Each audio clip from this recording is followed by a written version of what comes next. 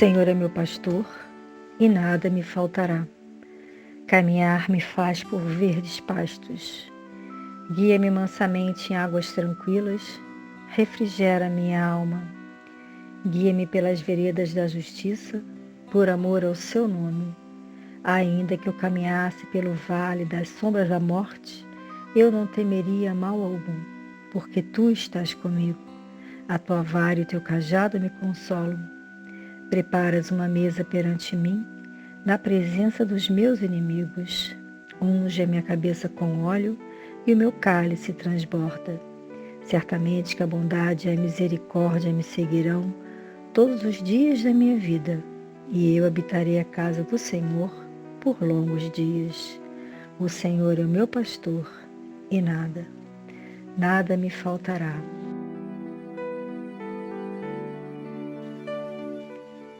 Oração a São Francisco de Assis.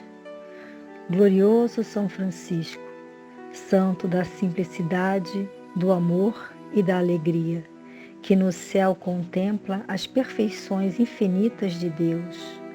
Lançai sobre nós o vosso olhar cheio de bondade.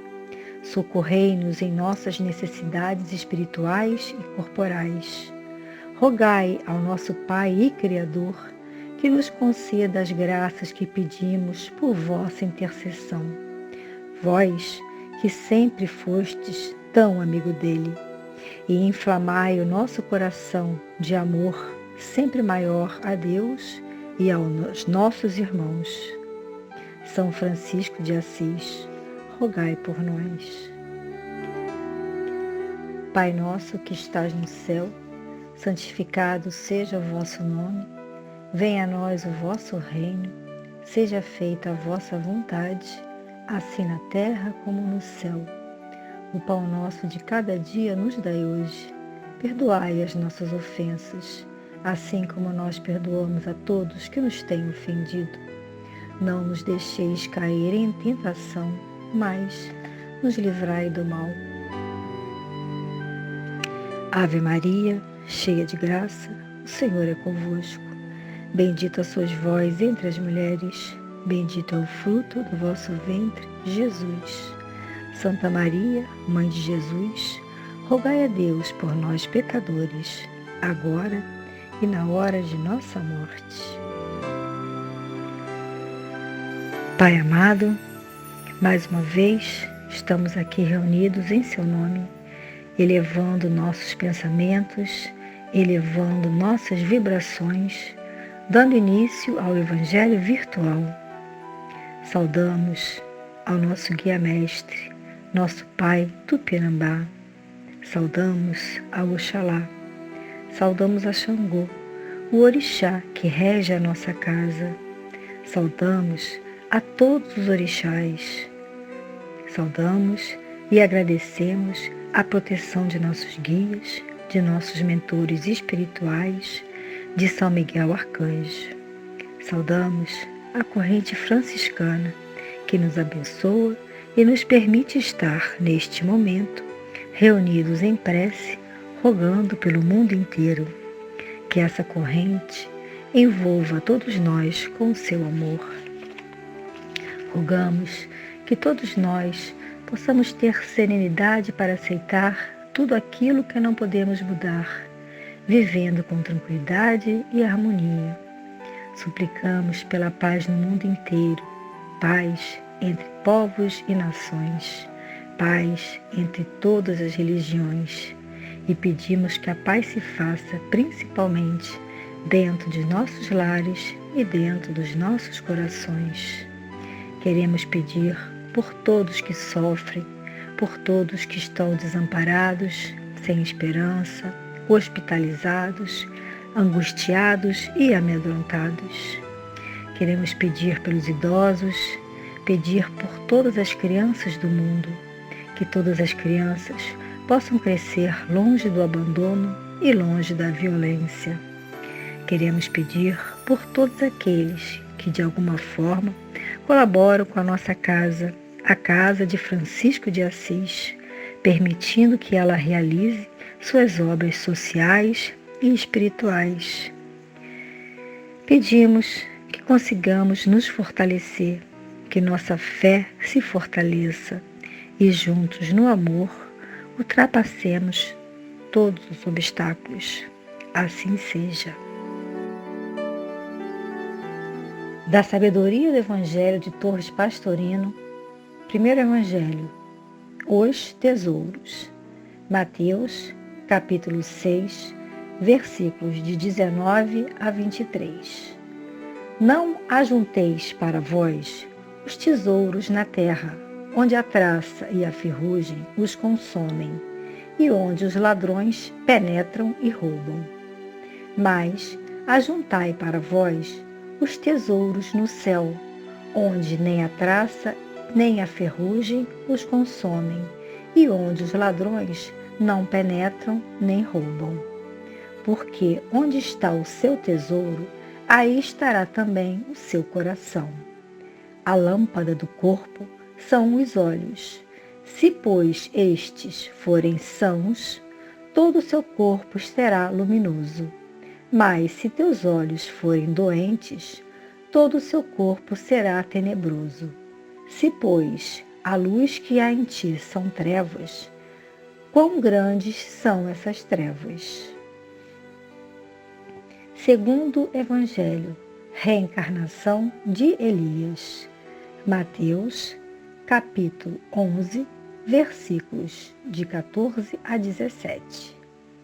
E se quereis aceitar isto, ele é mesmo Elias, que estava destinado a vir. O que tem ouvidos, ouça. Mas a quê? A que hei de comparar esta geração? É semelhante a meninos sentados nas praças que gritam aos companheiros: nós vos tocamos flautas e não dançastes. Entoamos lamentações e não chorastes. Explicação e comentários de Torres Pastorino. No primeiro Evangelho de Mateus, Jesus nos recomenda o desprendimento ou o desapego das riquezas. De que valem essas riquezas aqui no planeta, onde podem ser perdidas por ação das traças, da ferrugem ou dos ladrões? Jesus nos aconselha a juntar tesouros espirituais de conhecimento e obras meritórias que jamais se perdem. Tapetes no chão ou nas paredes, roupas caras nos armários, jarros de louça e aparelhos de cristal, quadros, adegas, dispensas lotadas, dinheiro nos bancos, joias nos caixas fortes. Tudo isso, além de perecível, será deixado aqui quando abandonarmos o corpo físico. E tudo que nosso espírito conquistou vai nos acompanhar para além do mundo da matéria e jamais o perderemos. A fórmula, onde está teu tesouro, aí estará teu coração, esclarece a razão de todo o ensinamento. O essencial não é não ter, e sim não apegar-se, não prender o pensamento a essas coisas externas e transitórias. Depois, aparece um ensinamento em forma de comparação. Na realidade, só conseguimos ter luz se nossos olhos forem sadios. Se os olhos, que são a luz do corpo, começam a criar agregações externas pela ambição e pela cobiça, eles começam a ficar velados e, portanto, doentes, e passam a enxergar tudo em perspectivas distorcidas e falsas. Daí a compreender-se que o olho mau ou doente prejudica todo o ser. Essa má qualidade envenena o espírito de quem a sente e, sobretudo, de quem a alimenta, e os maus fluidos lançados pelos olhos faz definhar tudo o que foi atingido, mas, em primeiro lugar, faz definhar a própria criatura que os lançou, porque antes de atingir a aura dos outros, os fluidos atingem a própria aura da pessoa que os lança. Concluímos que os olhos por onde o espírito vê devem estar sempre sadios, sempre simples, sem apego a coisa alguma no mundo material transitório, a fim de que não invertamos os valores, coisa tão fácil de ocorrer e tão comum no polo negativo em que se encontra a humanidade. No segundo Evangelho de Mateus, vemos que Jesus não precisava entrar em pormenores sobre a reencarnação. Definida a posição de dúvidas e hesitações da humanidade daquela época, que pouco difere da humanidade da época atual, o Mestre conclui com a seguinte regra: a sabedoria é justificada por seus filhos, ou seja, por seus resultados. Com efeito, o que é produzido pelo sábio é o que lhe justifica a sabedoria. Há fatos que trazem lições preciosas, e aqui temos um. Como a maioria das criaturas, ouvimos as teorias a respeito da espiritualidade, mas exigimos a confirmação. A resposta não vem da forma que nossa materialidade espera. A resposta vem através de lições e fatos que exigem de nós olhos intelectuais e ouvidos de compreensão, ouvidos atentos à voz interior. Feliz daquele que compreende e aceita as evidências que a vida nos traz. A palavra de Deus se manifesta dentro de nós. São os resultados obtidos que justificam a sabedoria, e não as palavras proferidas, nem as aparências, nem o êxito entre as criaturas, nem o poder, nem a força, nem a santificação externa proveniente dos outros.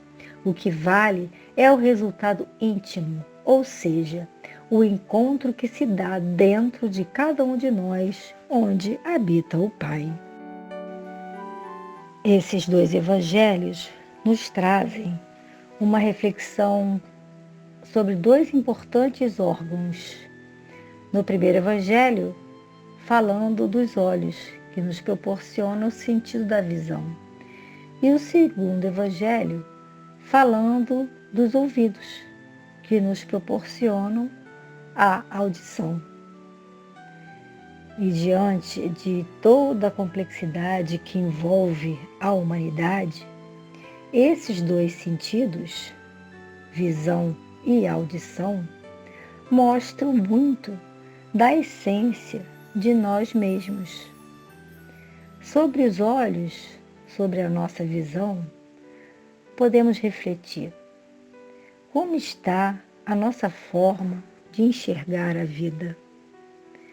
Como estamos vendo as situações da nossa vida? Como estamos vendo as pessoas que nos cercam? Normalmente, o que está dentro de nós é refletido na forma em que vemos as situações que nos rodeiam e as pessoas que nos cercam. Normalmente, refletimos nossa alma na forma como olhamos o que nos cerca e o que nos acontece. Se o nosso interior é nebuloso, se temos sentimentos ruins, é assim que costumamos ver. Temos uma facilidade enorme de enxergar os defeitos alheios, mas não olhamos desta forma para nós mesmos. Temos uma facilidade enorme de olhar com desconfiança, com recriminação, com malícia, com medo, mas não admitimos que nos olhem assim. Tudo e todos também têm seu lado bom, assim como nós.